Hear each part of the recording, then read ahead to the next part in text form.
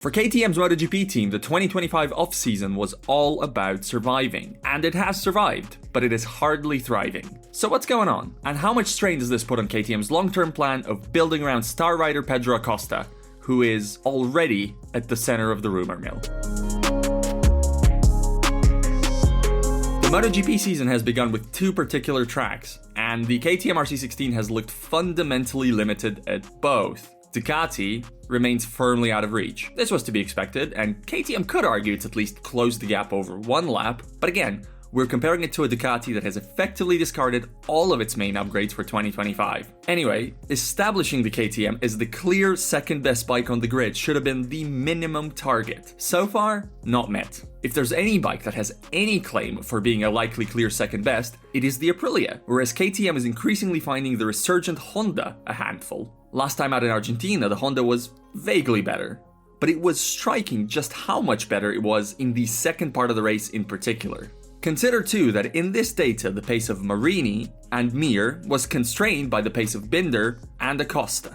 You may remember that images during the preseason showed very worn rear tires coming off the KTMs. Coincidence or not, who knows, but their late race pace is currently a weakness. Both Binder and Acosta have said that the rear spins too much on acceleration once the tire wears. Binder has also felt that the bike is making him be too gentle on the front, which is not his style. And both he and Acosta have generally found the RC16 inconsistent. And it doesn't sound like KTM has cured the rear tire vibration, which was such a major headache last year after the introduction of the grippier new Michelin rears, to a satisfactory level. Buram and Termas are two unique tracks, so let's be careful with any far-reaching conclusions.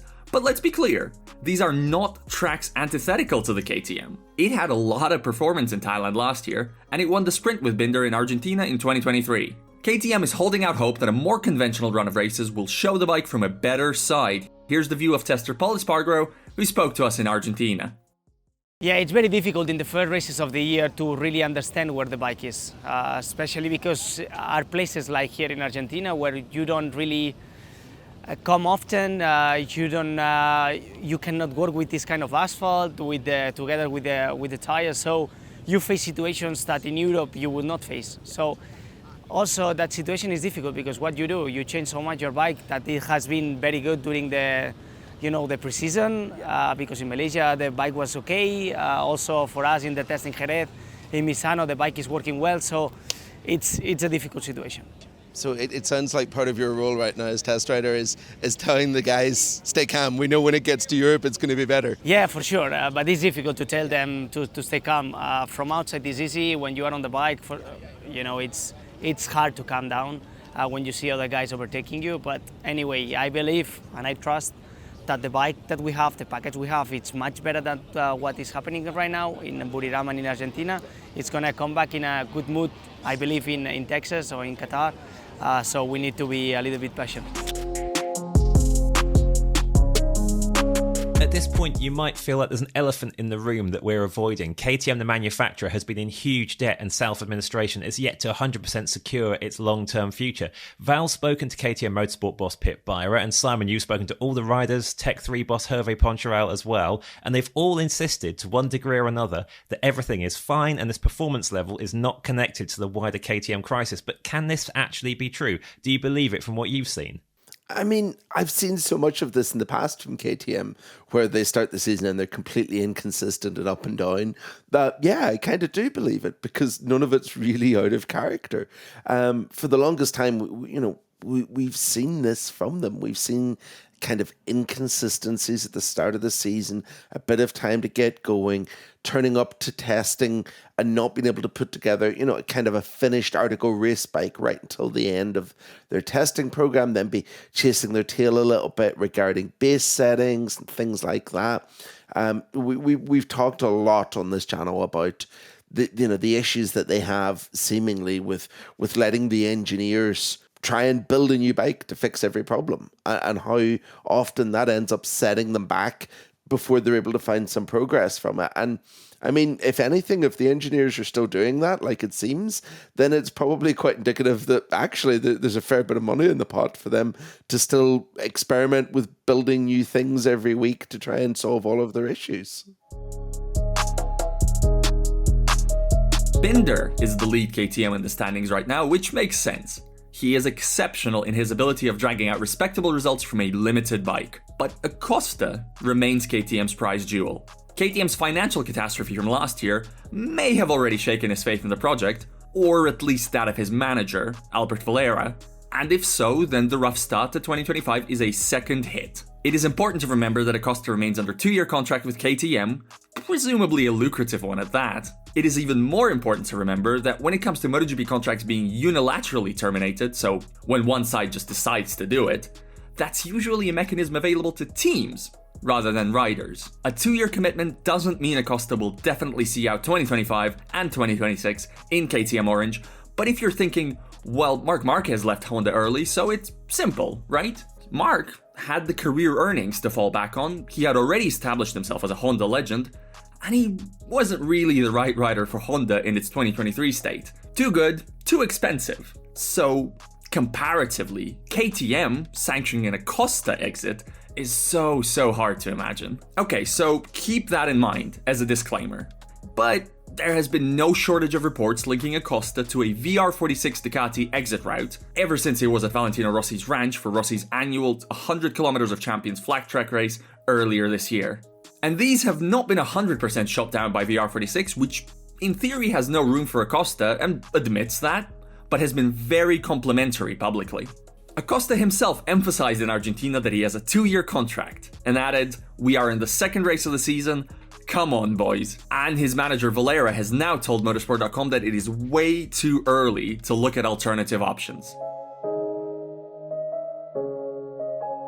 Acosta's saying all the right things, and he has got a contract, but Simon, you've been face-to-face with him after every day of MotoGP action this year. What is his demeanour really like? Can he genuinely stomach even 10 more races of this before needing to get restless and take matters into his own hands? I mean, I understand his frustrations, and he's not exactly been shy about airing them. He's been quite public about his incredible disgust with where the project is of late. But the good thing is that, I mean, all of that will go away with one good result. And so far, we've only really been to circuits that you wouldn't necessarily expect good results from KTM at anyway. With both Buriram and Termas de Rio Hondo not exactly being, really strong hunting grounds for them. Although, in fairness, Brad Binder's had some good results in Argentina in the past. But, I think the team are going to be telling him, you need to get through this race. You need to get through the Circuit of the Americas, you need to get through Lusail and Qatar, and then we're back to Europe. We go to Jerez. We go to a circuit where last year the wild card was on the podium because he's pretty good around there, and so is the bike. And I think that's what will reassure Pedro Acosta. I think that if he can get to Europe and kind of see that he's capable of running at the front, even if the results don't necessarily come right away, as long as he's at the sharp end, as long as he's able to feel something from the bike again, then actually I think that'll go a long way to calming his nerves. And I mean, they're not a million miles away. That's the crazy thing. It isn't going to take a huge amount for everything to click and fall into pieces and for him to win a race or two or be in the podium a race or two. So it just needs the team to keep him calm right now. Speaking of the team, let's go back to Pol Espargaro again, answering a pretty firm question from Simon about Acosta's future.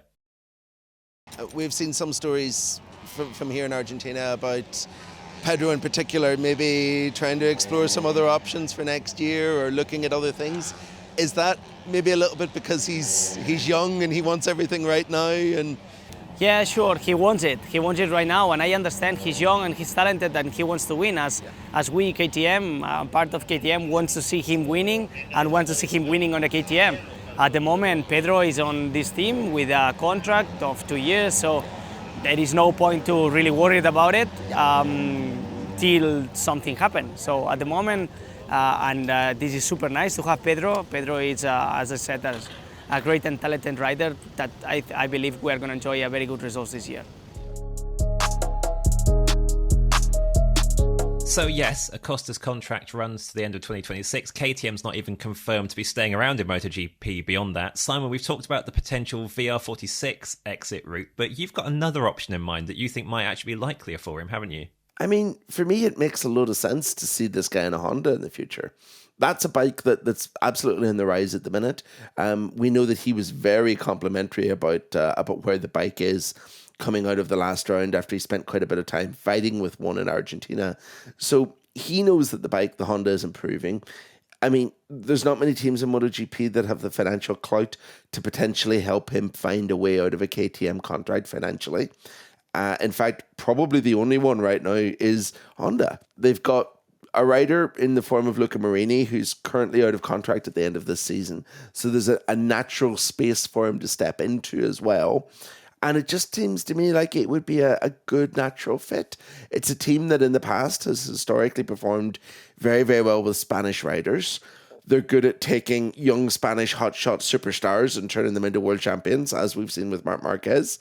And it all seems to line up much more than a move to a satellite Italian Ducati team run by an ex-racer that's never employed anyone who's not from his country and only has one person in his stable who isn't one of his best mates.